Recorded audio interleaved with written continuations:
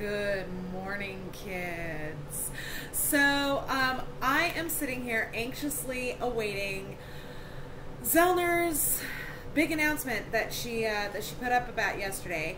So while I'm waiting for that, I thought I wanted to do kind of a live reaction sort of thing, you know, for when it finally comes down the pipe. And while I'm waiting for that, I'm going to go ahead and pour myself a little cup of Earl Grey, because, you know, Kathleen's about to spill some tea and I'm about to drink some tea. So let's take a look and see what's going on here, huh? So while we're waiting, I wanted to bring up some stuff that was brought to me. Now, I will probably interrupt this in the middle so that I can, you know, see what's Kathleen's big announcement.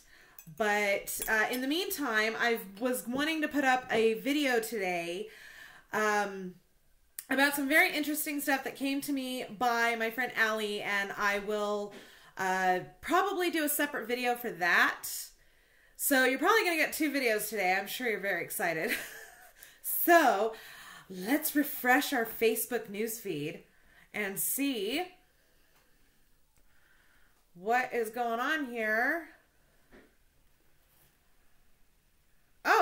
Oh, there's a thread. There's a whole thread. Okay, let's see here. Making a Murderer watchers, listen up. I'm going to walk you through what I've learned through my investigation that you didn't see in the show. On 10/31/05, Scott Taddick visited Bobby at the Avery salvage yard around noon. After Teresa called the Dassey landline for directions, our suspect contacted her back with the Dassey address. Teresa arrived at the Avery salvage yard around 2:31 p.m. on 10/31/05. Only Bobby and Steven saw her. After completing her photo assignment, she left and turned west on Highway 147 around 2:38 p.m. Our suspect followed her. Steven was in his trailer. Our suspect gets Teresa Halbach to pull over. She opened her car's rear cargo door to retrieve her camera, was knocked to the ground, and struck with an object. Teresa Halbach was put in the rear cargo area of the RAV4 and driven back to Avery salvage yard. Teresa Halbach's RAV4 was spotted leaving the Avery salvage yard with an unknown driver at 3:45 p.m. RAV4 was left by the old dam west of Mishicot on 10/31/05.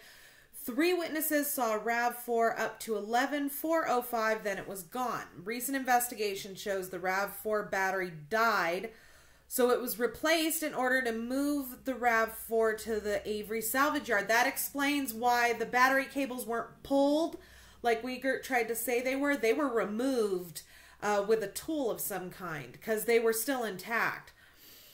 Teresa Halbach's body was burned in a burn barrel. Dassey burn barrel had human bones.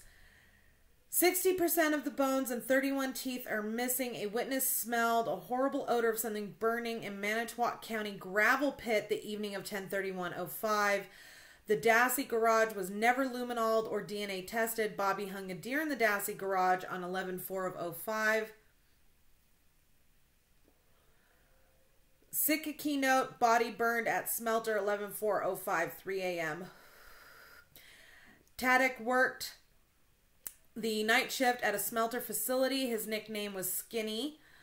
Teresa Halbach's electronics were not burned in Steven's burn barrel. They were burned in the Dassey burn barrel. Suspect knew Steven's finger re-bled on 11/3/05 because he observed it. Suspect had access to Steven's trailer to remove blood from the sink. Only our suspect knew the blood in the sink was Steven's and not Teresa Halbach's. This rules out the police. Suspect planted blood in RAV4, bones in Steven's burn pit, and Teresa Halbach's electronics in Steven's burn barrel. In conclusion, the killer is the person who had the access and opportunity to plant Steven Avery's fresh blood in Teresa Halbach's car. So I have a few questions. I'm baffled and confused.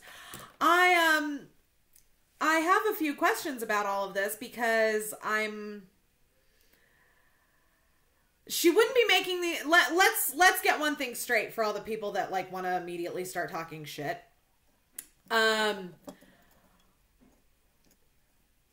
Kathleen Zellner is a well-respected attorney. She knows her shit.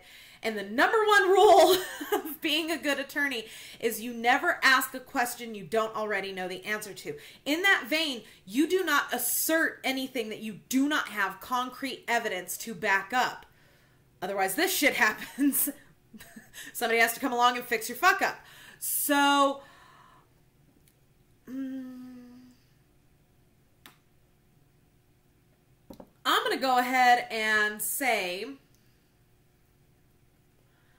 that Zellner must have some kind of concrete evidence to prove these assertions. I don't know what those could be,